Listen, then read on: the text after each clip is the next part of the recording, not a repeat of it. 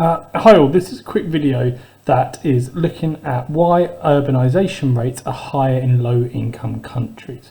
So if you remember that from the last video, we noticed that places such as countries in Africa and Southeast Asia, not only were seeing the biggest growth in megacity numbers, but actually their populations in those cities were getting bigger as more and more of the country's population lived in those urban areas. And when it comes down to kind of the reasons for this, there's two major reasons.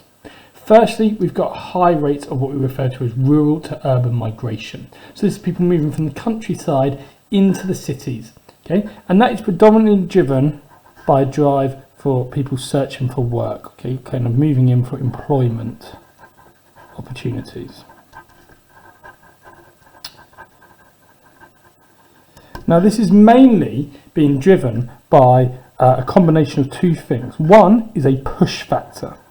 So the push factor is the process of mechanisation.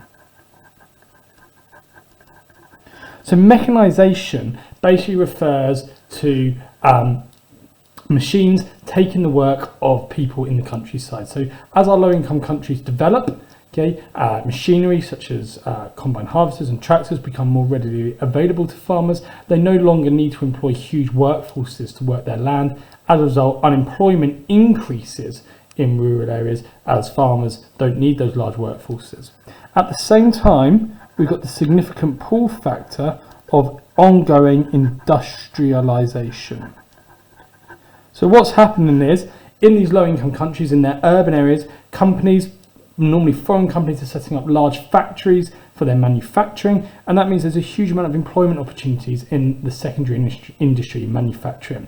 So people are losing their jobs in the countryside to machinery, but are gaining employment opportunities in the cities. On top of that, we have other significant pull factors, such as improved education and improved healthcare provision. In rural, low-income countries, so if we were to take India, for example, there's data that suggests that people may spend several hours to walk to their nearest healthcare facility. Where obviously living in a city such as Mumbai, those healthcare facilities are normally on their doorstep, and access to education, at least to a very good standard at primary, is readily available. Now, when we talk about natural increase, what we mean by the term natural increase is when the birth rate is higher than the death rate. Okay, so remember, birth rate is measured as the number of births per 1,000 people per year, and deaths, the number of deaths per 1,000 people per year. And what we see is that in urban areas in low-income countries, okay, natural increase is significantly higher than it is in high-income countries. So they've got higher rates of rural to urban migration because these push and pull factors are occurring. If you think about it, in the UK or other rich countries, well, mechanisation happened a long time ago, industrialisation happened during the Industrial Revolution, so these factors aren't really anymore triggering people to move from the countryside to the city.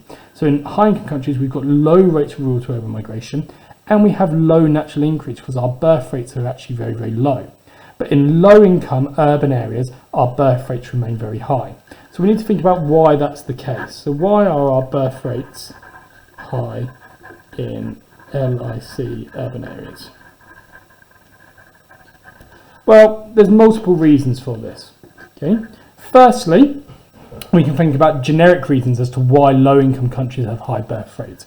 We can think about the fact that young people, okay, children, are seen as economic benefits. So they make money for their families. They go and work in factories, okay, from a young age. They find it financially beneficial to have. Whereas in high-income countries, children are generally seen as economic burdens. On top of that, we have the affordability or accessibility of contraception. Now, whilst contraception may be available in low-income countries, to say it's not available would be incorrect. But what we have is the issue of affordability, that many families in low-income urban areas maybe have a choice over food and water and rent over affording contraception. So the affordability or access to it is an issue. On top of that, we have the emancipation, or in other words, status of women. Okay. What I mean by this is that in low-income countries, despite their movement towards development, okay, women still generally have a lower status in society. Okay, they are what we call poorly emancipated. Their role in society is often to stay at home and bring up a family, get married at a young age, and not necessarily complete an education. As a result of that, they generally will end up having more children. In high-income countries, what we see is that women's emancipation improves. Women get a high-quality secondary education and maybe go on to further education. They decide maybe to pursue a career and therefore get married later, maybe choose not to have any children whatsoever so as not to take time out of their career. Unfortunately, low-income countries, whilst the situation is improving, that is still an issue. Also, we have to think about the age range of LIC urban areas. LIC urban areas, driven by the rural to urban migration as people move in search of work, normally have a high number of young adults. Now, why this contributes to a higher birth rate is that is basically the age range that people are most likely to have children.